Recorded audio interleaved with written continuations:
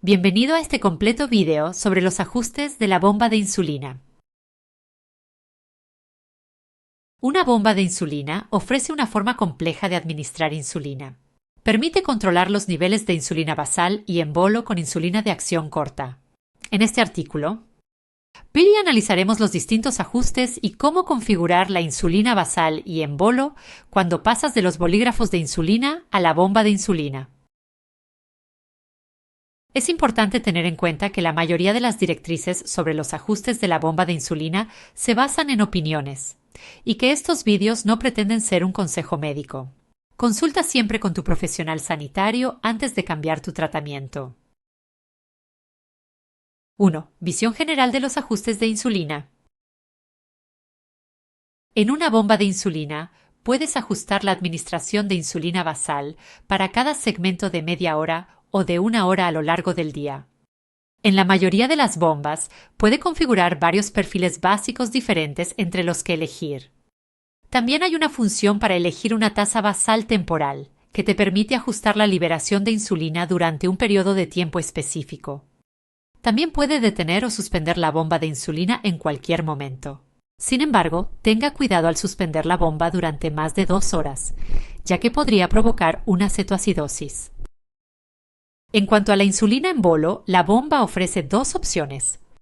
Un bolo manual, que le permite determinar la cantidad de insulina que desea administrar, y un bolo de la calculadora de bolos, que calcula la insulina necesaria en función de tu ingesta de carbohidratos, nivel de azúcar en sangre, proporción de carbohidratos, sensibilidad a la insulina, valor objetivo e insulina activa.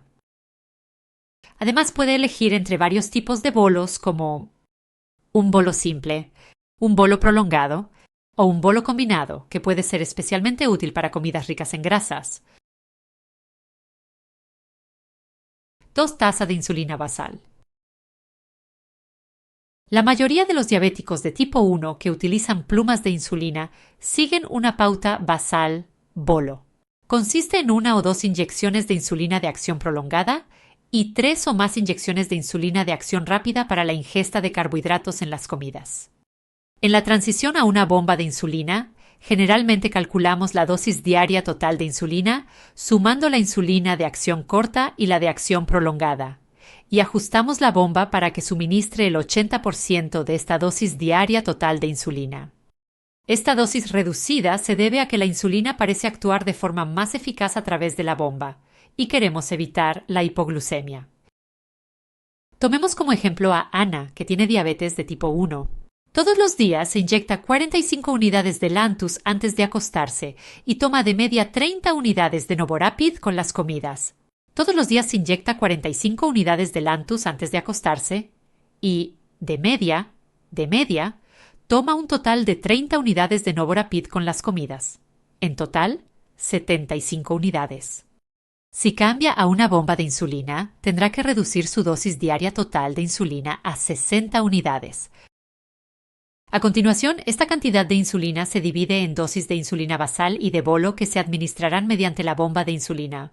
Para la mayoría de las personas, la proporción inicial de basal y bolo es de aproximadamente el 50-50%, pero puede variar en función de los hábitos dietéticos individuales.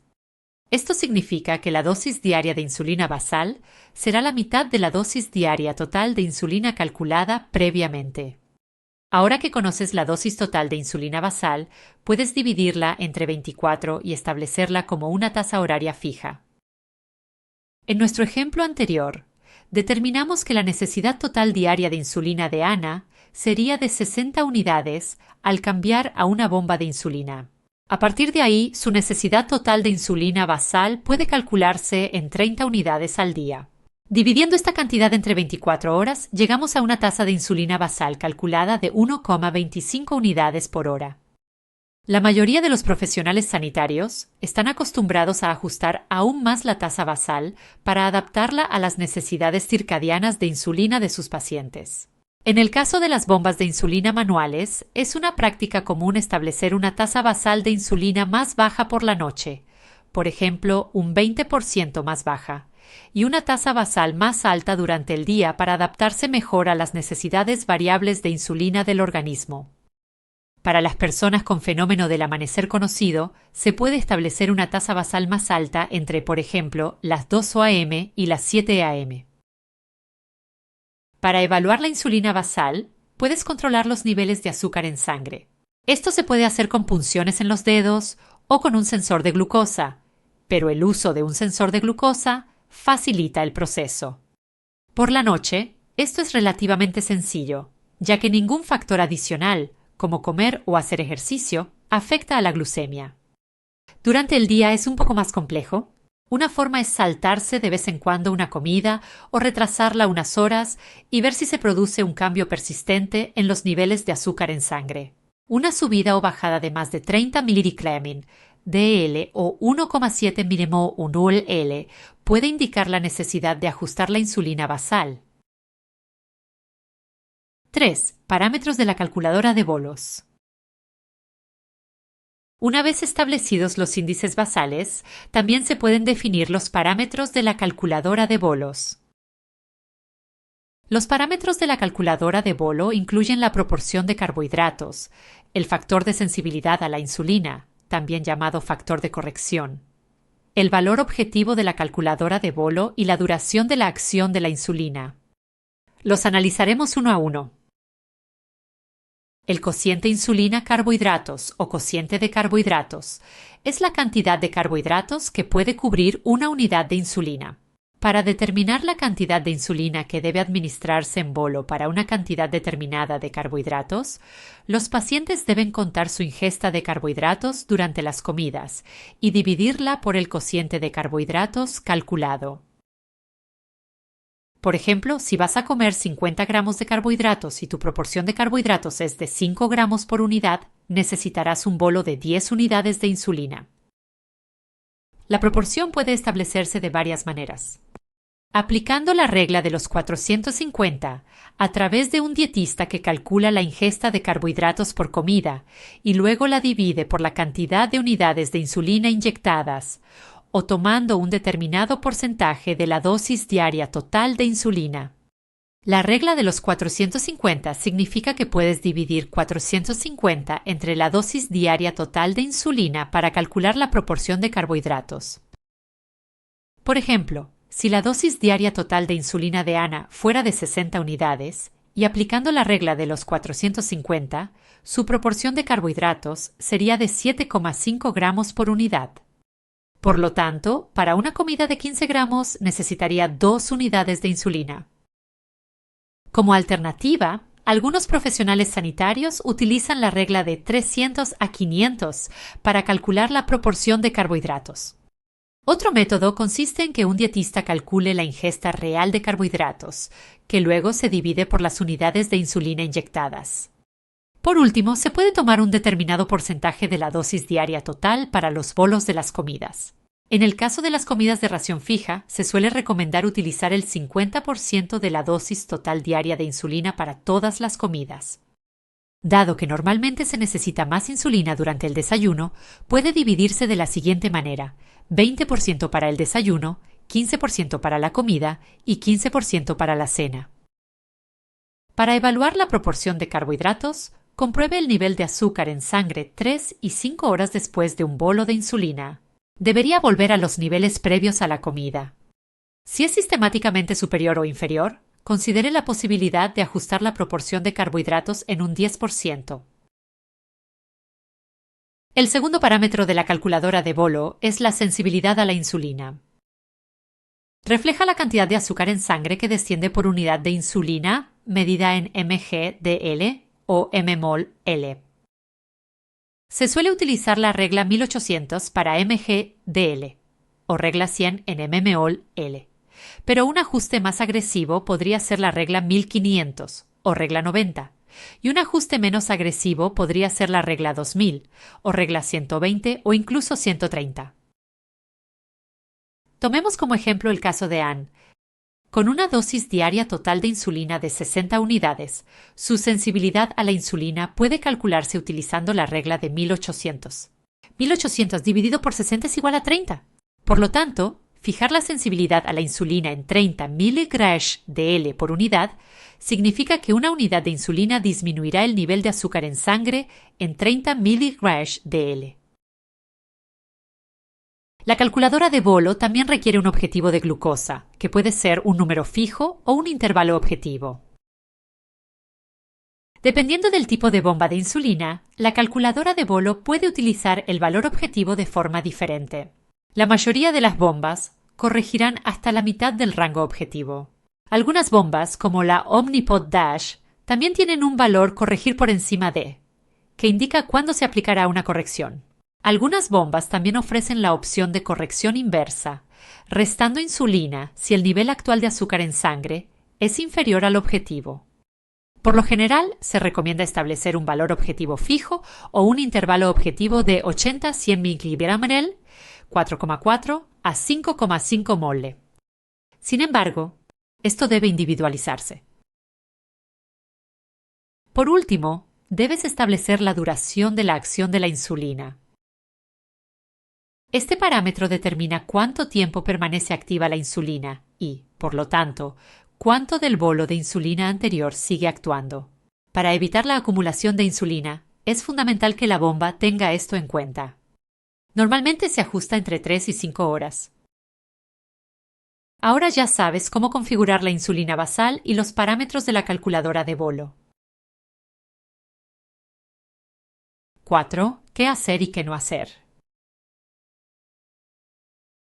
El primer día de uso de una bomba de insulina, es posible que aún quede insulina basal de las plumas de insulina. Se recomienda inyectar solo la mitad de la insulina de acción prolongada el día antes de empezar a utilizar la bomba.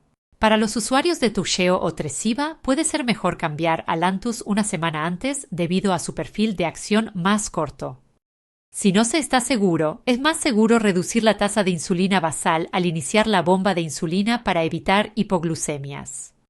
Cuando se empieza a utilizar una bomba de insulina, suele ser necesario establecer un límite para la administración de insulina, es decir, la dosis basal máxima y el bolo máximo.